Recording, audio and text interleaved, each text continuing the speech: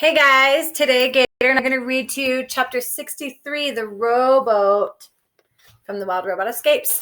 So we left Roz and Brightbill. They stole a rowboat and headed out into the ocean. Do you think that maybe this is that needs to happen to get to the island, right? An island is surrounded by water, so of course they're going to have to take a boat to get there. Chapter 63. The sun was shining, the fog was thinning, the robot was rowing. Roz was no thief, and she didn't like taking that old robot.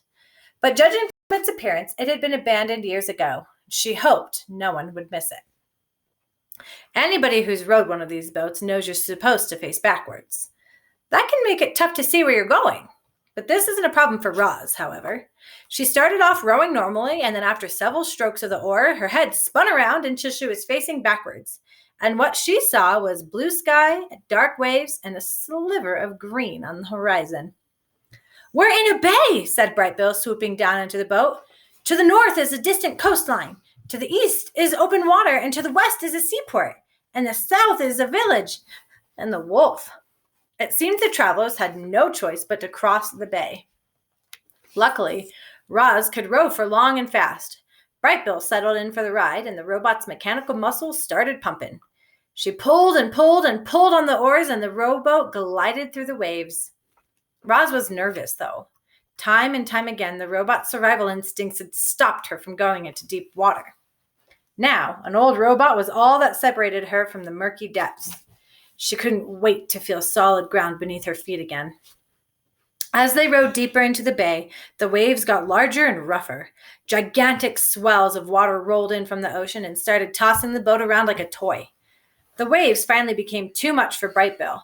He spread his wings, lifted up on the breeze, and anxiously looked at the choppy surf ahead. "Row faster!" he squawked. "I don't know how much more the boat can take." Roz tried to power through. She rowed faster and faster until the boat was skimming across the water. Too fast. The left oar snapped and the right oar, and then suddenly the boat was the mercy of the waves.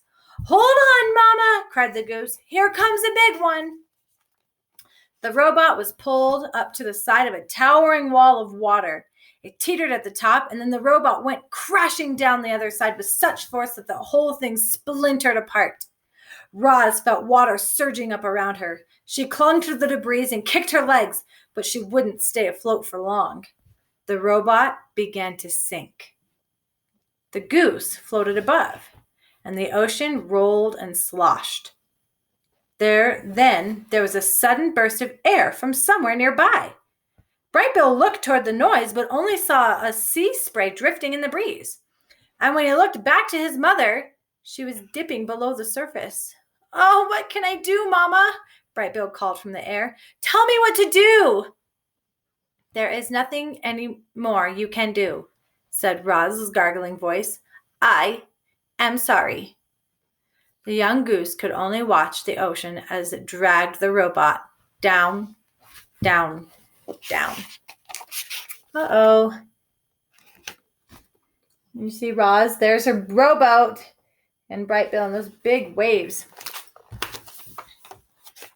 So when I was a little girl, I lived in Florida, and I lived on an island, Palm Beach Island, and we had a boat. And we used to go fishing almost every morning. My papa would take us fishing. So like 4 a.m, we'd wake up and we'd be out on the ocean. Well, one time, and I remember this my whole life. Well, when I was a little baby, I was probably maybe 6 months old. So I was maybe a year, I think, because I was walking. But my mom and my pop had taken my brother and I out fishing like they always did on the boat. And there was a huge storm on the ocean. And my mom and pop tell me this story all the time. The waves were so big, they were head high. They were way over the top of our boat and very, very dangerous. And the boat was teeter-tottering and almost capsizing and flipping over. And it was really scary. My parents were really, really nervous. And a wave came, and my mom was holding me, and she bounced around on the boat, and it knocked me out of her arms. And I went over the bow of the boat and into the water. And then with the next wave, brought me right back up onto the boat. And my mom says a matter of maybe like 5 or 10 seconds, but I could have been gone like that. But the wave just popped me right back on. So that I've kind of had an experience like Roz in the ocean on a boat. And I obviously don't remember. I was a little baby, but I'm hoping that Roz turns out okay, the same way that I turned out okay. And I still love to go fishing, and I still love the ocean and be on boats. So I'm not scared or nervous of it. And luckily I know how to swim. So unlike Roz, I would probably do okay. We're going to find out what happens to her next chapter. For this chapter, I want you guys to write your predictions. I want 2 different predictions that you think is going to happen to Roz while she's in the ocean. So we left her in Brightbill. She's just gargling down, down, down into the ocean. And I want 2 predictions from you guys, what you think will happen. So type them, write them. Doesn't matter. Send them away to me. And that's our short little assignment for today. See you guys.